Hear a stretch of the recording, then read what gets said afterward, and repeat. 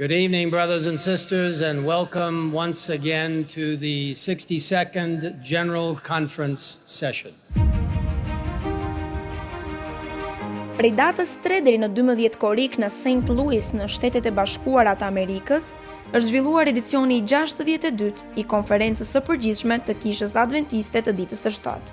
Një moment historik për Kishën botërore, në të cilën Shqipëria u përfaqësua nga pastor dhe bashkëpunëtor. Por a i dini ju se çfarë është konferencë e përgjithshme e Kishës Adventiste? Tu jemi në sesionin e konferencës përgjithshme botërore adventiste, ku vijnë delegat nga gjithë bota dhe diskutojnë për ndryshimin e manualit të kishës, për zgjedhjet e udhëheqësve të kishës, e gjithashtu pjesa më e bukur që për mua është që çdo mbrëmje jepet raporte për se si puna dhe shpërndarja e ungjillit në përbot ka shkuar. Dhe ne jemi rritur, jemi zyrtarisht 23 miliona adventistë pagzuar dhe shumë miliona të tjerë që vinë çdo të shtunë në kishët tona. Është një mbledhje që bëhet në çdo 5 vjet dhe mblidhemi të gjithë së bashku përfaqësuesi dhe inkurajojmë njëri tjetrin, adhurojmë së bashku dhe dëgjojmë histori ndryshuese në të gjithë botën.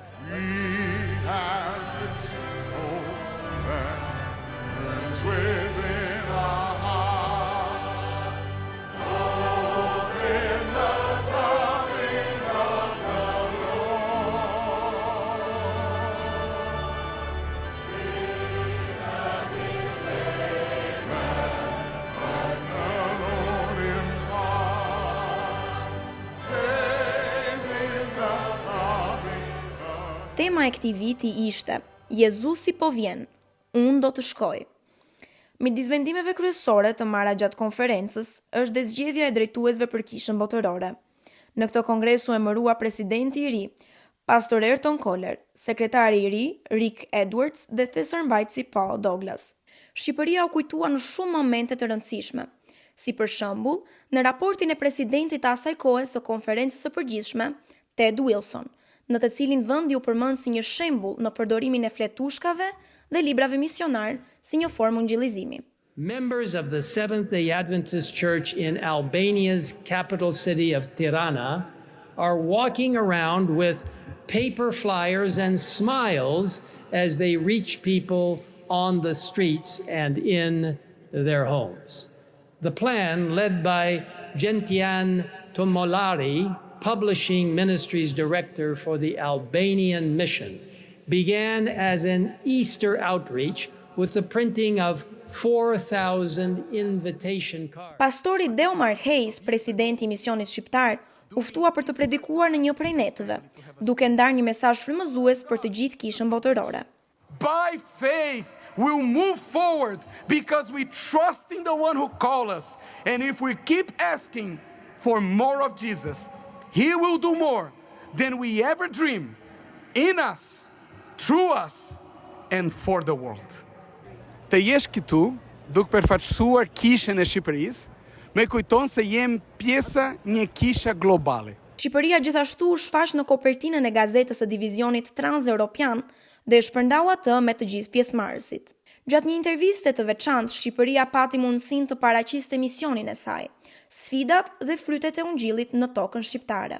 Është një mrekullueshme të shohësh këtë kishë dinamik, këtë kishë plurale, këtë kishë ku ka kaq shumë vend së bashku, duke adhuruar Zotin me të njëjtin qëllim, që është misioni për të quar dashurinë e Zotit në të gjithë botën. Let's welcome the flags of Albania. Ishim prezent në një sfilat tradicionale të shteteve, një moment simbolik uniteti dhe misioni global.